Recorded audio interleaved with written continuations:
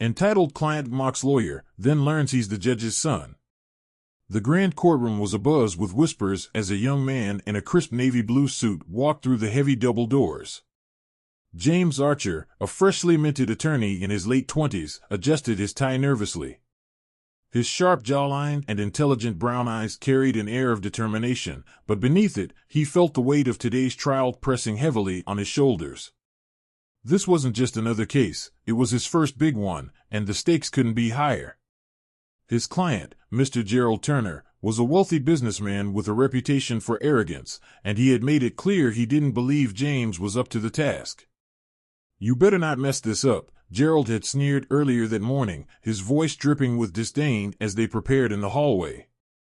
"I don't know why the firm sent a rookie like you. I'm paying for expertise, not amateur hour." James clenched his jaw but remained silent. This wasn't the first time a client had underestimated him, and it likely wouldn't be the last. As he stepped into the courtroom, the smell of polished wood and old books filled his senses, grounding him. He glanced at the bench where Judge Samuel Archer would preside, his father. Samuel Archer was known for his no-nonsense demeanor and unwavering commitment to justice. He'd served on the bench for over 3 decades, earning a reputation as one of the most respected judges in the state. Few knew about his relationship with James. It was a detail both men had agreed to keep private to avoid any accusations of favoritism. Gerald leaned over to James, his voice barely a whisper but laced with condescension. "That judge better know who he's dealing with. I've got connections that could make or break his career." James's stomach churned at the audacity. "Just let me do my job," he replied calmly, though his grip on his briefcase tightened. As the bailiff called the court to order, the murmurs subsided, replaced by the solemn weight of anticipation. Judge Archer entered, his black robe flowing behind him like a shadow. His piercing gaze swept over the courtroom, pausing briefly on James before settling on the docket. "All rise," the bailiff commanded, and the room stood as Judge Archer took his seat. The gavel struck once, reverberating through the chamber. "We're here today to address the case of Turner versus Wilson Enterprises," the judge announced, his voice steady and authoritative. James stood and introduced himself, his voice strong despite the nerves gnawing at him. Gerald, however, rolled his eyes, clearly unimpressed. He whispered just loud enough for James to hear, "Let's hope your argument holds up better than your confidence." Little did Gerald know, his derision would soon turn to shock. For in this courtroom, his entitled arrogance was about to clash head-on with not just the law, but the very foundation of respect and humility, and he would learn that the young lawyer he so casually dismissed wasn't just anyone. He was the son of the man wielding the gavel. As the case unfolded, it became clear that this wasn't just a straightforward legal battle. Gerald Turner's arrogance wasn't limited to his treatment of James. He had a history of using his wealth and influence to bulldoze over opposition, and this case was no different. Turner was suing Wilson Enterprises, a small family-owned company, for breach of contract over a failed business deal. What made it particularly egregious was the overwhelming evidence that Turner had deliberately manipulated the terms to ensure the company's failure, intending to buy them out at a fraction of their value. James had spent weeks preparing for this moment, poring over contracts, gathering testimonies, and crafting his argument. His strategy was to prove not only the lack of breach but also Turner's intent to defraud. However, as the proceedings began, it was apparent that Turner's ego was his own worst enemy. "Your Honor," James began, standing with his papers neatly arranged on the desk before him. "We will demonstrate that the alleged breach of contract was not only unsubstantiated but that Mr. Turner engaged in predatory practices designed to undermine Wilson Enterprises." Turner's face twitched with irritation.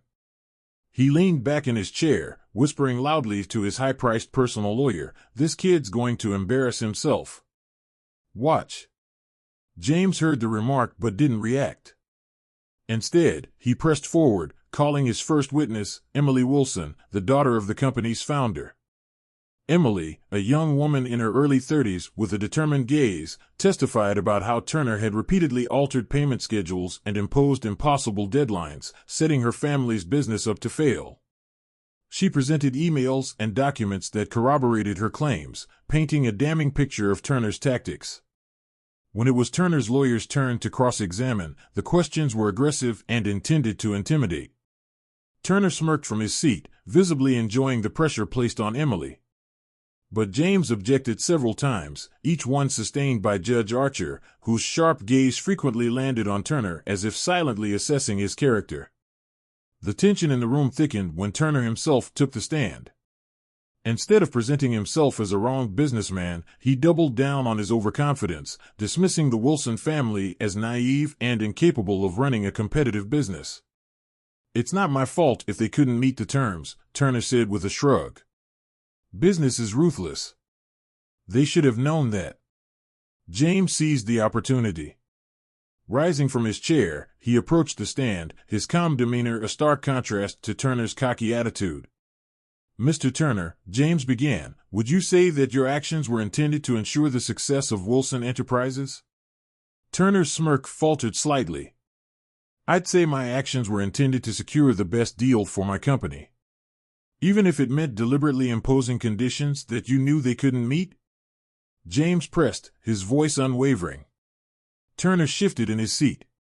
"That's business. If they can't handle it, that's on them." James paused, letting the courtroom absorb Turner's words. "So, you admit to structuring the agreement in a way that benefited you at their expense?" Turner's lawyer objected, but Judge Archer overruled it. Turner hesitated, his confidence faltering under the judge's stern gaze. The room's atmosphere shifted palpably. Gerald Turner, so used to controlling every situation, was beginning to feel the ground beneath him tremble. What he didn't yet realize was that his behavior not only jeopardized his case, but had also put him on a collision course with the one person in the courtroom who would not tolerate his arrogance, the judge.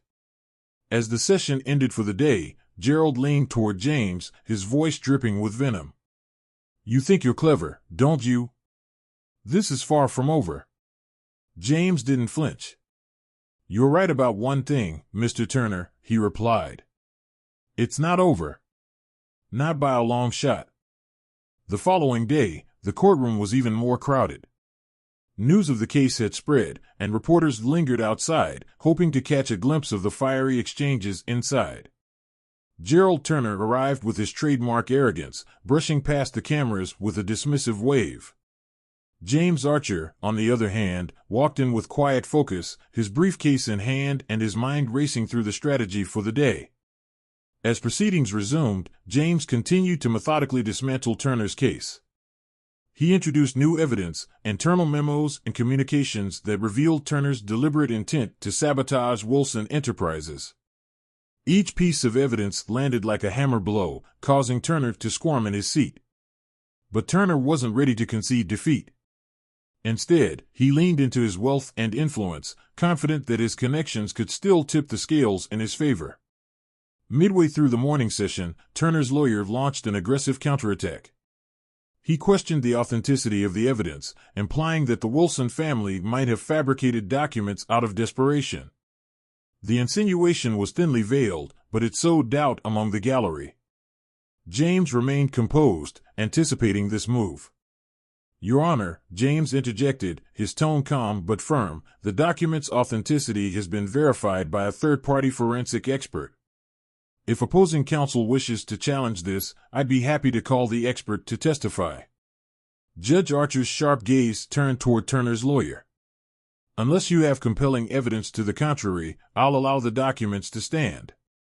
Turner's lawyer gritted his teeth and backed down, but the exchange had rattled both Turner and his defense. James seized the opportunity to call another witness, a former employee of Turner's who had first-hand knowledge of his unscrupulous business practices. The witness's testimony was damning, painting Turner as a man who thrived on exploiting others for personal gain. Throughout the testimony, Turner's facade began to crack. He shifted uncomfortably, his confident smirk replaced with a scowl. He shot James a glare that could have cut through steel, but James remained unshaken, his questions precise and relentless. The turning point came when James played a recording of a conversation between Turner and his business partner. In it, Turner could be heard laughing about how he had set up the Wilsons to fail and planned to swoop in and buy the company for pennies. The recording sent a ripple of shock through the courtroom. Gasps erupted from the gallery, and even Judge Archer's normally stoic expression betrayed a flicker of disapproval. Turner's lawyer immediately objected, claiming the recording was inadmissible, but Judge Archer swiftly overruled him. "The evidence is relevant and will remain on record," the judge declared, his tone brooking no argument. As the recording played, Gerald Turner's face turned an alarming shade of red. He leaned toward his lawyer, hissing under his breath, "Fix this now." But there was no fixing it. The damage was done. James's confidence grew with each passing moment, bolstered by the strength of the evidence and the reactions from the gallery. Yet, he knew the battle was far from over. Turner's wealth and connections still loomed large, and there were whispers of his attempts to influence the outcome outside the courtroom. After the day's proceedings, James sat alone in his office, poring over the next day's arguments. The weight of the case pressed heavily on him. This wasn't just about justice for the Wilsons anymore, it was about proving himself, to his client, to the court, and most of all, to his father. The stakes had become deeply personal. Meanwhile, Gerald Turner's frustration reached a boiling point. That evening, he held a private meeting with his legal team, berating them for their inability to turn the case around. "Do you know who I am?" he thundered, slamming his fist on the table. "I didn't build my empire by losing to amateurs like that kid.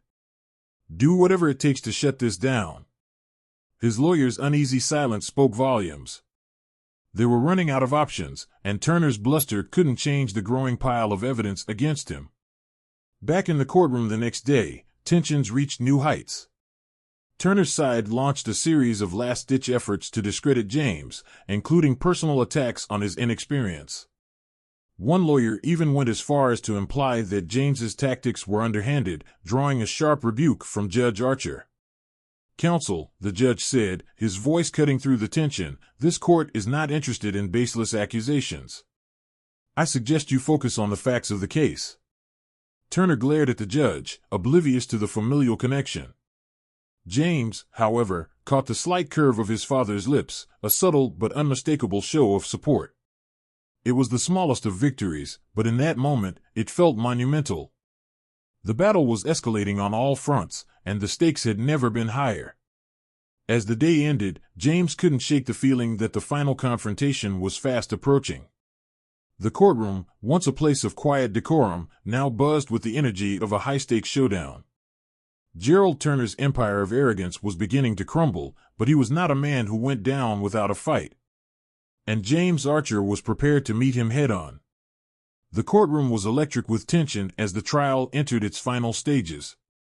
Gerald Turner sat rigid in his seat, his polished demeanor now showing cracks.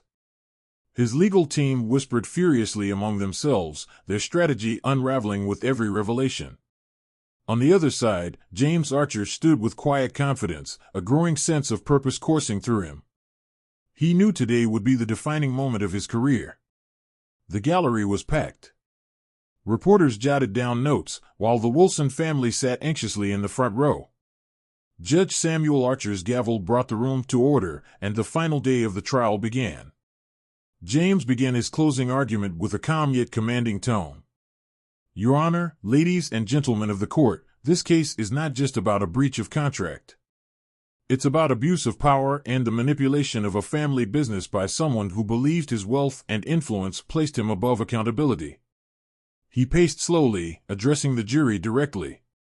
"The evidence presented over the past several days has painted a clear picture. Mr. Turner structured an agreement designed to fail, not due to the Wilsons' inability to meet the terms, but because he ensured they couldn't. He planned to swoop in and profit from their loss, exploiting their trust and hard work for his personal gain."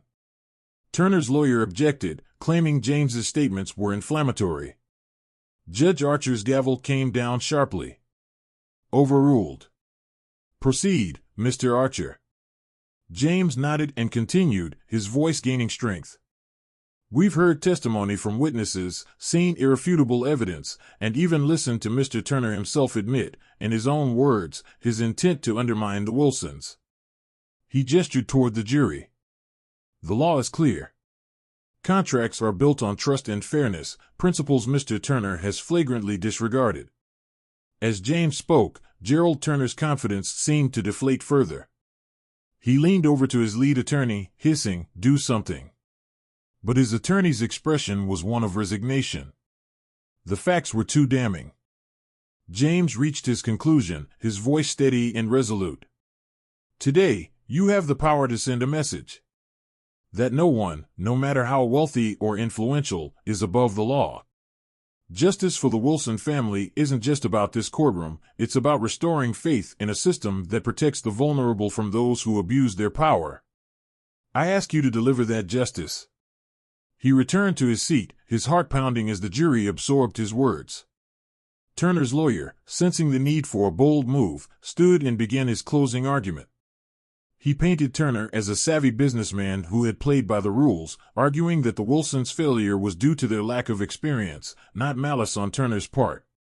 But the argument lacked conviction, and the jury's attention waned. The damning evidence James had presented left little room for doubt. Even Judge Archer's expression was stern, his disapproval of Turner's tactics evident in his piercing gaze. As the jury retired to deliberate, the courtroom buzzed with anticipation. Gerald Turner's frustration boiled over as he turned to James. "You think this is over?" he sneered. "I've crushed people far more important than you. When this is done, I'll make sure your career is nothing but a footnote." James met his gaze, unflinching. "Threats won't change the truth, Mr. Turner. The jury has seen who you really are." Turner leaned back, his smirk returning, but it was more of a mask than a show of true confidence. Minutes stretched into hours as the jury deliberated. Every eye in the courtroom turned toward the door each time it creaked, anticipation building with every passing moment. Finally, the foreperson emerged, holding a folded piece of paper. "All rise," the bailiff announced as the jury filed back into the room. Judge Archer took his seat, his expression unreadable as he addressed the foreperson. "Have you reached a verdict?" "We have, Your Honor." The paper was handed to the judge, who read it silently before passing it back to the foreperson to announce. "We, the jury, find in favor of the plaintiff, Wilson Enterprises." The courtroom erupted in murmurs, quickly silenced by the judge's gavel. Gerald Turner's face went pale, his arrogance finally replaced with the weight of defeat. Emily Wilson and her family embraced, tears of relief streaming down their faces. Judge Archer's voice cut through the air. "Mr. Turner, this court finds your actions egregious and an affront to the principles of fair business practices. In addition to awarding damages to Wilson Enterprises, I am referring this matter to the State Attorney General for further investigation into potential fraud." Turner shot out of his seat. "This is absurd. You can't do this." "Sit down, Mr. Turner," Judge Archer commanded, his tone icy. "You're lucky I'm only referring the case and not holding you in contempt for your behavior throughout these proceedings." Turner sank back into his chair, defeated. James sat quietly, the enormity of the moment washing over him. He had not only won justice for his clients, but also proven his mettle in the most challenging circumstances. As the court adjourned, Judge Archer lingered for a moment, catching James's eye. He gave a subtle nod, a silent acknowledgement of his son's triumph. James returned the gesture, a mixture of pride and gratitude swelling within him. Outside the courthouse, reporters swarmed, eager for statements. Emily Wilson spoke on behalf of her family, praising James's dedication and brilliance. James himself kept his remarks brief, emphasizing the importance of justice and fairness over personal accolades. As he walked away from the throng, his father's voice echoed in his mind, "Integrity and perseverance will always win, James. Never forget that." Today, James Archer had proven those words true, and in doing so, had taken the first steps toward building a legacy of his own. The courtroom was nearly empty, the echoes of the verdict still lingering in the air as James Archer gathered his papers. The Wilson family approached him, their faces glowing with gratitude and relief. Emily Wilson extended her hand, her voice trembling with emotion. "Thank you, Mr. Archer. You didn't just fight for us, you believed in us when no one else did. James smiled warmly, shaking her hand. You deserved this. All I did was show the truth. As the Wilsons left, a sense of accomplishment washed over James. But the weight of the trial, and the personal stakes that came with it, still hung in the air. He glanced toward the bench where his father, Judge Archer, was finishing his notes. Their eyes met briefly, and his father gave him a faint, approving nod before retreating to his chambers. Outside the courthouse, a small crowd of reporters had gathered, their cameras and microphones poised. James stepped forward, his composed demeanor drawing their attention. Mr. Archer, one reporter called out, how does it feel to win such a high-profile case against someone as powerful as Gerald Turner? James paused, choosing his words carefully. This case was never about me. It was about justice for the Wilson family and holding people accountable, no matter their status or wealth. Today, the system worked as it should.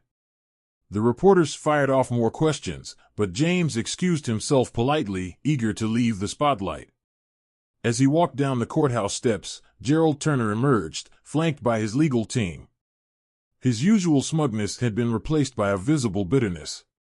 He shot James a venomous glare, but said nothing as he climbed into his car.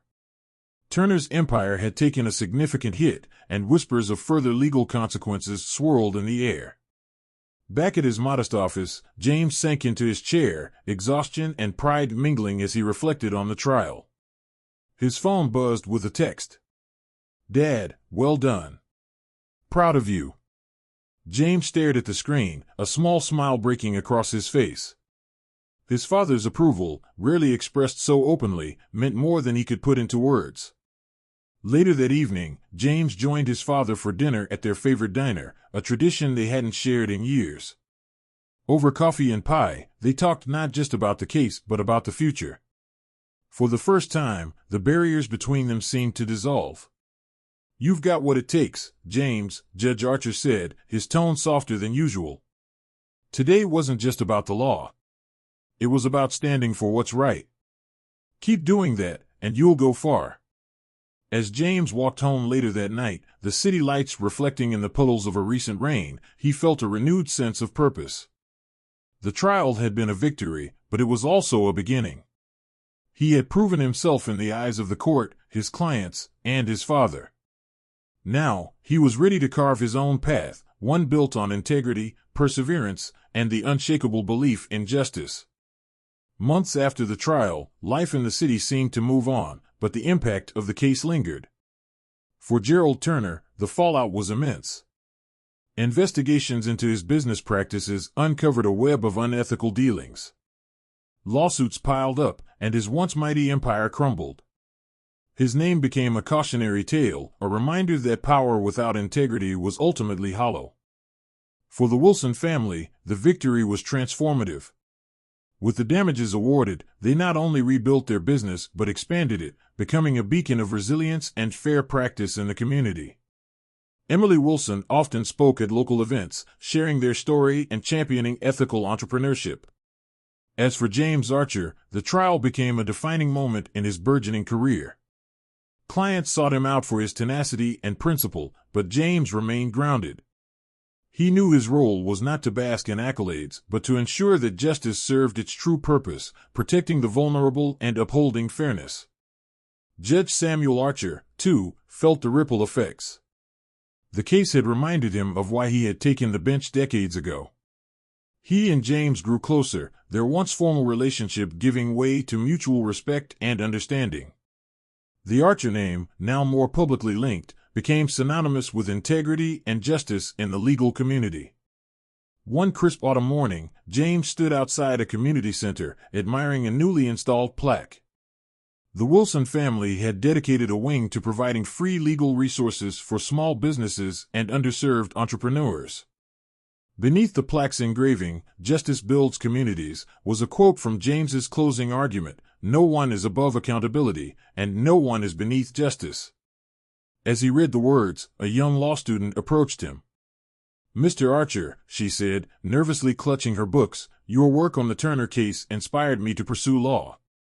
I hope to make a difference, just like you did. James smiled, humbled. The law isn't about us, it's about the people we serve. Keep that in mind, and you'll do just fine. As the student walked away, James looked up at the plaque one last time. The city bustled around him, alive with possibility. The trial had taught him that justice wasn't just an ideal, it was a practice, one forged in the small, quiet decisions to stand up for what is right. And for James Archer, that practice was just beginning.